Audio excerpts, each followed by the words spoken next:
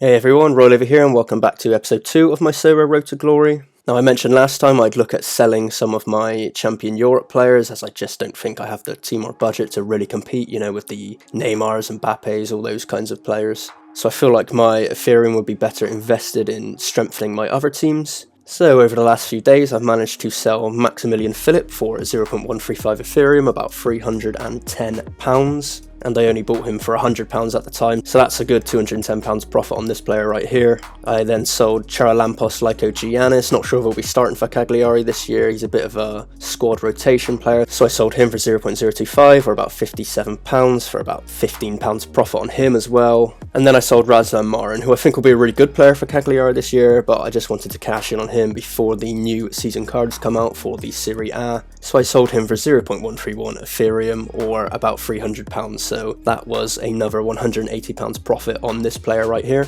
And then I also bought 3 new players as well. So I got Lewis Morgan of Inter Miami. I think he's a really good player. He often records some of the highest pass completion rates for his team.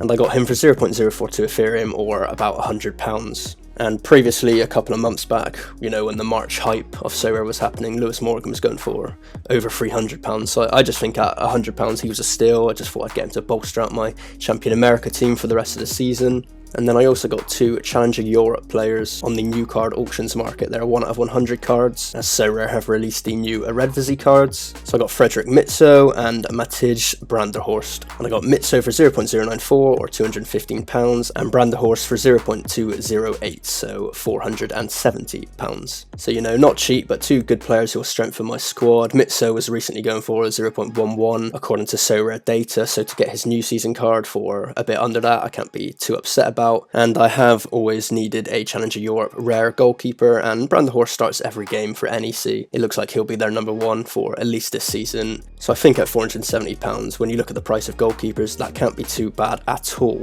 And then in game week 196, unfortunately we just missed out on the 250 points for Global All-Star Division 4 to hit the 0.02 Ethereum threshold, so we did get 0.01 Ethereum or about £22.50. And really it was my captain choice of Nandez who let me down. He only got 22 points. Obviously if that captain goes to Gustafsson, for example, we hit the 0.02 threshold, or if Nandez just plays better as well, that'd be nice, but wasn't meant to be this week. And then a similar story in Champion America, just average performances all round. Sean Johnson did well, but a bit let down by the rest of the players here, unfortunately, so not really too close to a reward. And we came up just a bit short in Challenger Europe. Again, 3 average performances from Wierik, Riet and Lawson, but my 2 new signings of Mitso and Branderhorst, they both did very well. Mitso scored a 64 without getting a goal or an assist, so you can only imagine in the future if he does start getting a few goals and assists what his scores could be. And yeah, a clean sheet for Branderhorst, can't complain after buying him earlier in the week. And I think this just goes to show, I'm happy with my goalkeeper here, I'm happy with Mitso in midfield, and